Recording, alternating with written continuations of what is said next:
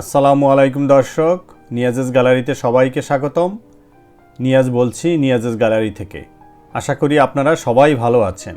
প্রিয় দর্শক, আজ আপনাদের সামনে হাজির হয়েছি খুব ছোট্ট একটি ভিডিও নিয়ে।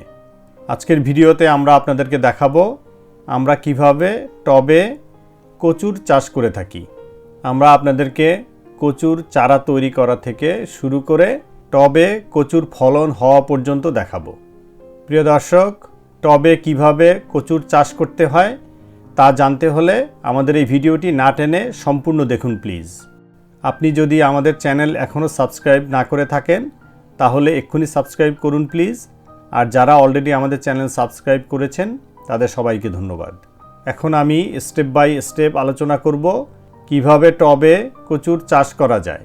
প্রথম ধাপে আছে কচুর চারা উৎপাদন।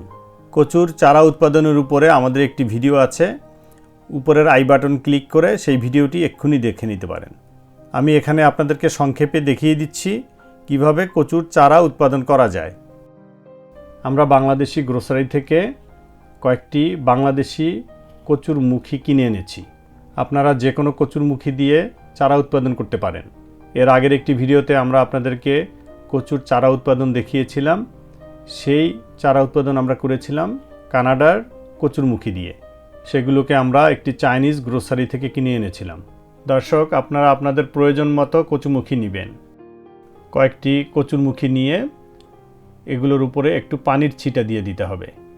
পানির ছিটা এমনভাবে দিতে হবে যেন প্রত্যেকটি কচুরমুখীর উপরে পানি পড়ে। এখন কচুরমুখীগুলোকে একটি প্লাস্টিক ব্যাগের মধ্যে নিতে হবে।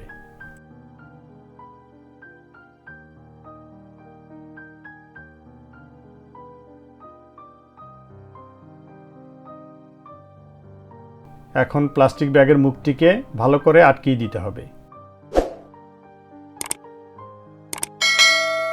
মুখটি আটকানোর পরে প্লাস্টিকের ব্যাগটিকে ঘরের একটি উষ্ণ বা ওয়ার্ম এবং অন্ধকার জায়গায় কিছুদিন রাখতে হবে জার্মিনেশন বা অঙ্কুরোদ্গমের জন্য। 7 দিন পর চেক করে দেখছি জার্মিনেশন বা অঙ্কুরোদ্গম হয়েছে কিনা।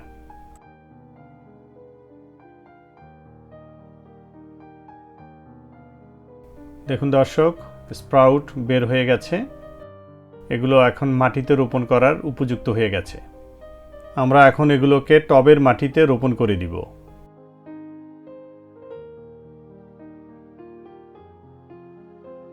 টবে কচুর চারা রোপণ করার জন্য মাটি নিতে হবে। টব নেবার সময় খেয়াল রাখতে হবে যেন টবের নিচে ছিদ্র থাকে। ছিদ্র রাখার কারণ হলো গাছে যখন আমরা পানি দেব তখন অতিরিক্ত পানি সেই ছিদ্র দিয়ে বের হয়ে যাবে। তাহলে কচু গাছের শিকড় নষ্ট হওয়ার সম্ভাবনা থাকবে না এবং গাছও মরে যাবে না। আমরা টবের মধ্যে মাটি এবং গোবর সারের মিশ্রণ নিয়েছি। এখন টবের মাটির মধ্যে কচুমুখীগুলোর সাইজ অনুযায়ী ছোট ছোট কয়েকটি গর্ত করব।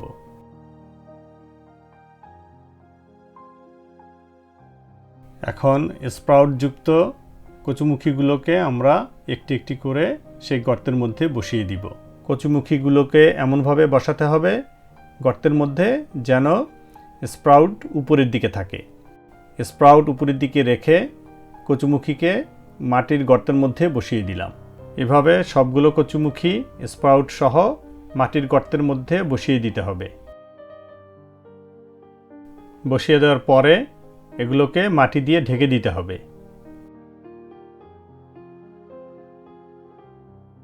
প্রথমে আমরা 2টি কচুমুখী রোপণ করেছিলাম। এখন আরেকটি গর্ত করে আরেকটি কচুমুখী আমরা এখানে রোপণ করে দিব। প্রিয় দর্শক, আপনাদের টবের সাইজ অনুযায়ী আপনাদেরকে নির্ধারণ করতে হবে আপনারা কয়টি কচুমুখী চারা তৈরির জন্য লাগাবেন। আরেকটি কচুমুখী স্প্রাউট সহ লাগিয়ে দিলাম এবং মাটি দিয়ে এটিকে ঢেকে দিলাম। এখন পানি দিয়ে মাটিটাকে একটু ভিজিয়ে দিতে হবে।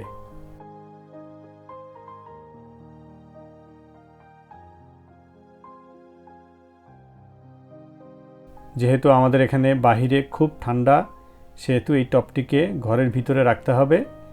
এ কারণে এই টবের নিচে আমরা একটি প্লেট দিয়েছি যাতে অতিরিক্ত পানি এই প্লেটের ভিতরে পড়ে এবং ফ্লোর নষ্ট করতে না পারে। এরপর টবটিকে একটু অন্ধকার জায়গায় কিছুদিন রেখে দিতে হবে। প্রায় 3 সপ্তাহ পর কচুর চারা ওঠা শুরু করেছে।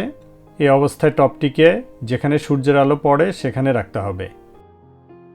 আরও 10 দিন পর কচু গাছগুলো একটু বড় হয়ে গেছে। কচু গাছগুলো আস্তে আস্তে আরও বড় হচ্ছে।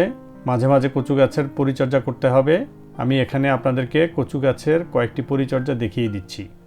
কচু গাছের পরিচর্যার উপরে আমাদের একটি ভিডিও আছে, উপরের আই বাটন ক্লিক করে সেই ভিডিওটি এক্ষুনি দেখে নিতে পারেন। কচু গাছের যত মরা পাতা বা ডগা আছে সেগুলোকে কেটে ফেলে দিতে হবে। মরা পাতা বা ডগা কেটে ফেলে দিলে গাছে আরও নতুন পাতা গজাবে। মাঝে মাঝে চেক করে দেখতে হবে গাছের গোড়ায় কোনো আগাছা আছে কিনা, থাকলে সেগুলোকে উঠিয়ে ফেলে দিতে হবে। আমাদের গাছের গোড়ায় কোনো আগাছা জন্মায়নি।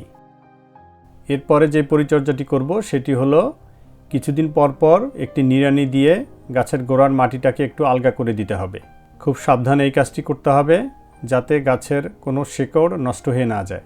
গোড়ার মাটিটাকে আলগা করে দিলে গাছের শেকড় বৃদ্ধি লাভ করতে সুবিধা হবে, ফলে গাছও সুন্দরভাবে বৃদ্ধি লাভ করতে পারবে। প্রতি 2 সপ্তাহ পর পর গাছের গোড়ায় সার দিয়ে দিবেন। আমরা সবসময় আমাদের কাছে যে গুরুত্বপূর্ণ সার গোবর সার সেটাই দিয়ে থাকি।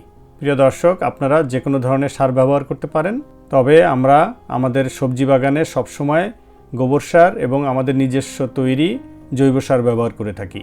সারের পাশাপাশি গাছের গোড়ায় মাঝে মাঝে মাটি দিতে হবে যদি গাছের গোড়া থেকে মাটি সরে যায়। প্রতিদিন গাছের গোড়ায় পানি দিতে হবে। খেয়াল রাখতে হবে যেন অতিরিক্ত পানি না হয়ে যায় এবং গাছের গোড়ায় যেন পানি জমে না থাকে। গাছের গোড়ায় পানি জমে থাকলে শেকড় নষ্ট হয়ে গাছ মরে যাওয়ার সম্ভাবনা থাকবে। গাছের কোনো পাতা হলুদ হয়ে গেলে বা নষ্ট হয়ে গেলে সেই পাতাটি কেটে ফেলে দিতে হবে। দেখুন দর্শক, আমাদের টবের কচু গাছের 2টি পাতা নষ্ট হয়ে গেছে। আমরা এখন এই পাতা দুটোকে কেটে ফেলে দিব। হলুদ পাতা দুটোকে কেটে ফেললাম। কচু পাতা সময় মতো কেটে খেয়ে ফেলতে হয়, আর না হয় কিছুদিন পর পাতাগুলো নষ্ট হয়ে যায়। আমরা সময় মতো পাতা দুটোকে ব্যবহার করতে পারিনি বলে 2টি পাতা নষ্ট হয়ে গেছে। সঠিক পরিচর্যার ফলে আমাদের কচু গাছ খুব সুন্দর হয়ে উঠেছে। এখন এগুলো খাওয়ার উপযুক্ত হয়ে গেছে। আমরা কিছুদিনের মধ্যে এগুলোকে রান্নার জন্য কেটে নিব। প্রিয় দর্শক, এতক্ষণ আমি আপনাদেরকে দেখালাম কিভাবে সহজ পদ্ধতিতে টবে কচুর চাষ করতে হয়। আপনারা যদি আমাদের এই পদ্ধতি অনুসরণ করে টবে বা পটে কচুর চাষ করেন তাহলে আশা করি আপনারা ভালো ফলন পাবেন। প্রিয় দর্শক, আমাদের এই ভিডিওটি সম্পূর্ণ দেখার পর যদি আপনাদের ভালো লেগে থাকে তাহলে লাইক, কমেন্টস ও শেয়ার করে আমাদেরকে আরও উৎসাহিত করুন প্লিজ। সবাইকে আগামী ভিডিও দেখার আমন্ত্রণ জানিয়ে আজ এখানেই রাখছি। সবাই ভালো থাকবেন, সুস্থ থাকবেন। আসসালামু আলাইকুম। আল্লাহ হাফেজ।